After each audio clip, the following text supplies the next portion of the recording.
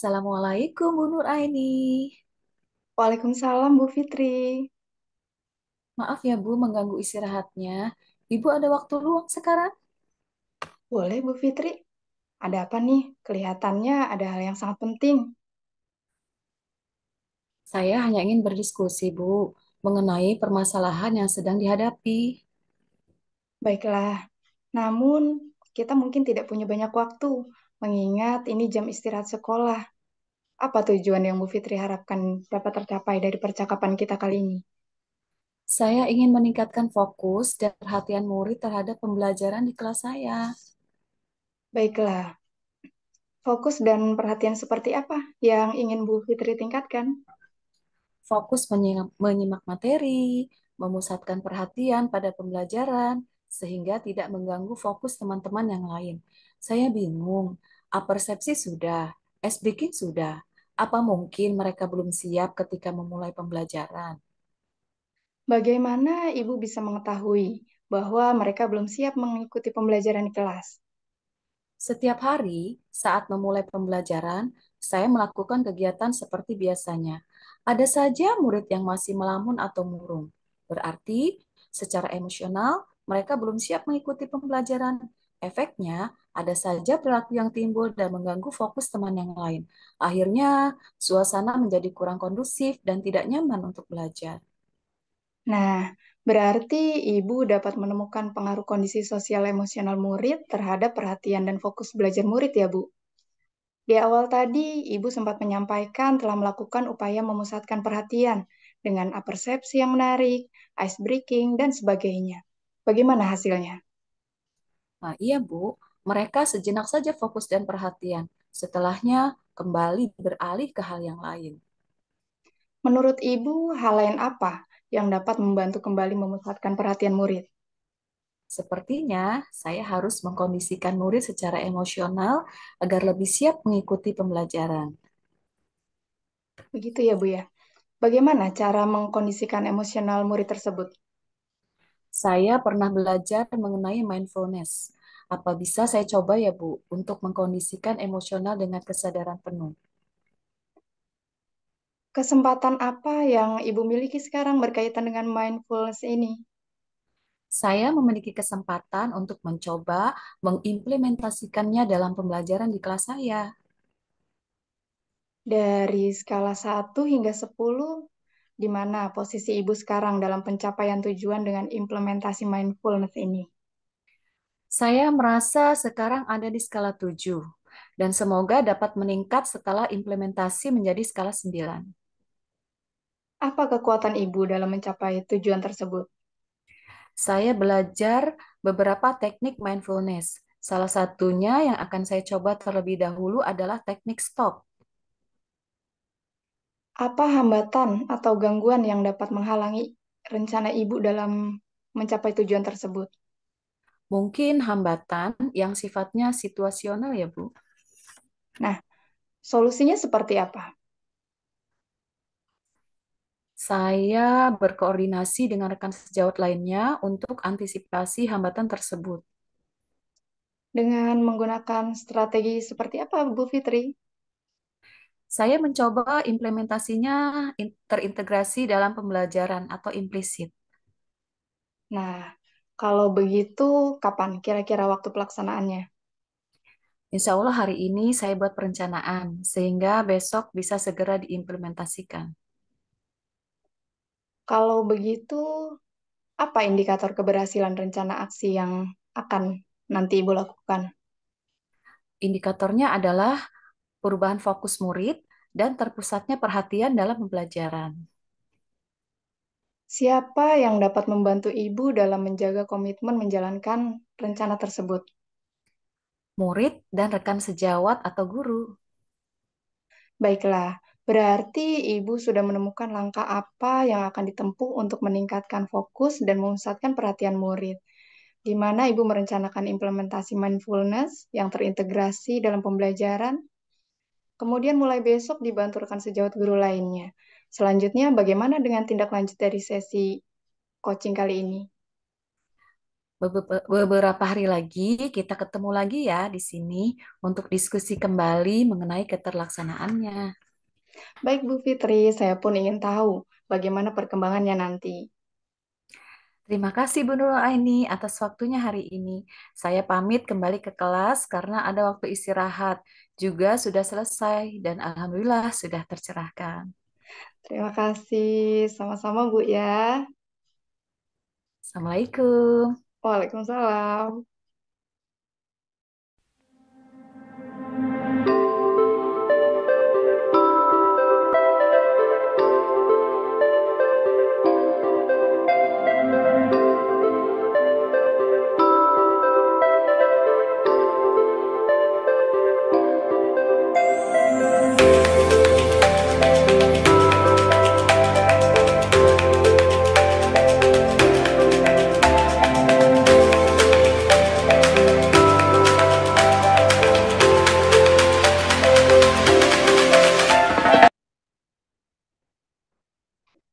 Assalamualaikum Bu Fitri. Waalaikumsalam Bu Nur, apa kabar? Alhamdulillah sehat Bu. Bagaimana kabar Bu Fitri? Alhamdulillah sehat juga. Oh ya Bu Nur, ada apa nih? Apa ada yang ingin disampaikan atau diceritakan? Iya Bu, betul. Ada sesuatu yang ingin saya ceritakan. Kira-kira Bu Fitri keberatan atau tidak? Oh, tidak keberatan sama sekali. Namun waktu kita hanya 15 menit karena saya ada keperluan lain. Silahkan, apa yang ingin disampaikan? Begini Bu, ini terkait dengan rekan guru di sekolah. Saya perhatikan dari tahun ke tahun kok tidak ada perubahan. Penyampaian materinya masih menggunakan metode konvensional saja. Ceramah lagi, ceramah lagi. Padahal kita ketahui bersama bahwa perkembangan zaman semakin canggih, teknologi pembelajaran semakin pesat, tapi guru-guru di sekolah itu ada beberapa yang tidak mau terjadi perubahan. Hanya mengandalkan metode konvensional saja, sehingga pembelajarannya kurang bervariatif. Seperti itu, Bu. Oke, kalau saya garis bawahi, berarti permasalahan dari Bu Nuraini ini pembelajaran dari rekan guru yang kurang bervariatif. Begitu ya, Bu? Iya, betul, Bu. Kurang bervariatif, baik medianya ataupun model pembelajarannya masih model yang lama saja. Baik, kira-kira dari percakapan kita ini apa sih yang ingin Bu Nur dapatkan? Saya ingin mendapatkan adanya perubahan di sekolah, khususnya dalam penyampaian materi pembelajarannya, Bu. Jadi yang Bu Nur harapkan adanya perubahan. Perubahan apa yang ingin Bu Nur lihat atau Bu Nur dapatkan? Saya ingin adanya perubahan, misalnya dari penyampaian metodenya, model atau media pembelajarannya yang lebih bervariatif.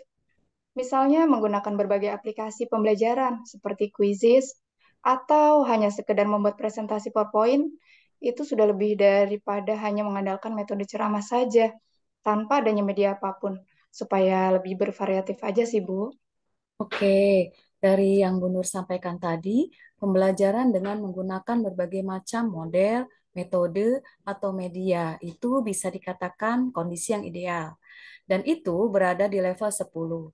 Kira-kira di sekolah Bu Nur Arini ini berada di level berapa ya?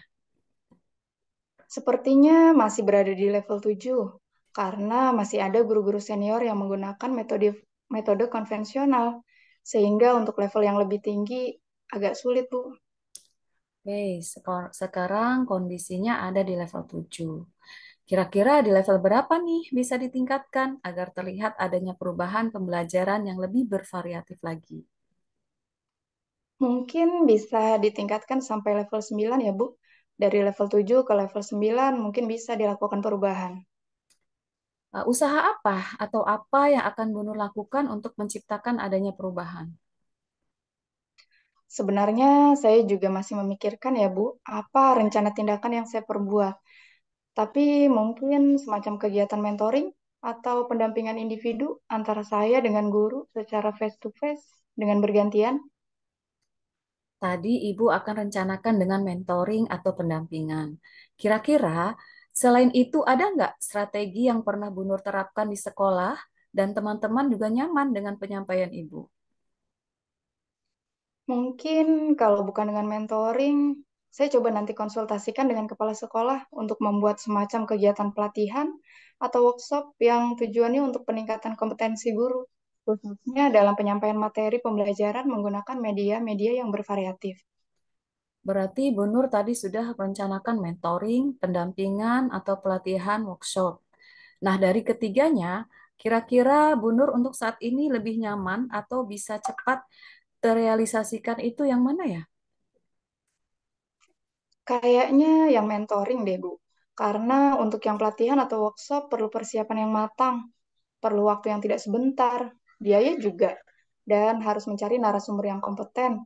Jadi untuk saat ini lebih nyaman yang dilakukan guru adalah mentoring. Oke, mentoring ya, Bu. Nah, kegiatan mentoring ini memerlukan support atau bantuan siapa? Bagaimana itu? Ada sih, Bu, mungkin minta bantuan rekan guru di sekolah yang ahli IT, atau menggunakan media pembelajarannya yang sudah bervariatif. Berarti Bu Nur mau melakukan mentoringnya berkolaborasi dengan rekan. Kira-kira kapan itu mau direalisasikannya? Insya Allah secepatnya, Bu. Minggu depan saya akan coba berkoordinasi, berkolaborasi dulu dengan rekan di sekolah saya dan mencoba untuk melakukan kegiatan tersebut. Nah, Bu Nur, dari percakapan kita hari ini, apa sih yang Bu Nur dapatkan? Ini saya mendapatkan gambaran bagaimana cara untuk terjadinya perubahan di sekolah saya. Dengan cara adanya kegiatan mentoring, kemudian dibantu juga dengan rekan guru di sekolah yang memang memiliki keahlian dalam bidang pemanfaatan media pembelajaran. Oke, Alhamdulillah ya Bu Nur, sudah ada gambaran untuk bagaimana menciptakan perubahan pembelajaran yang lebih bervariatif. Oke, saya tunggu kabarnya Bu Nur setelah melakukan mentoring. Sudah nggak sabar nih mendengar cerita-cerita dari Bu Nur. Oh ya, mungkin percakapan kita hari ini dicukupkan sampai di sini ya Bu. Semoga rencana-rencana Bu Nur untuk mentoring, berkolaborasi dengan rekan bisa berjalan dengan baik. Baik, Bu, terima kasih banyak sudah meluangkan waktu, sudah mendengarkan keluh kesah saya. Mudah-mudahan nanti apa yang akan saya lakukan bisa bermanfaat dan terjadi perubahan di sekolah saya. Sama-sama, Bu. Lain kali kalau ada yang ingin diceritakan, boleh. Semoga kita bisa ngobrol lagi di lain kesempatan. Oke, sekian saja ya, Bu Nur. Assalamualaikum. Waalaikumsalam, Ibu. Terima kasih.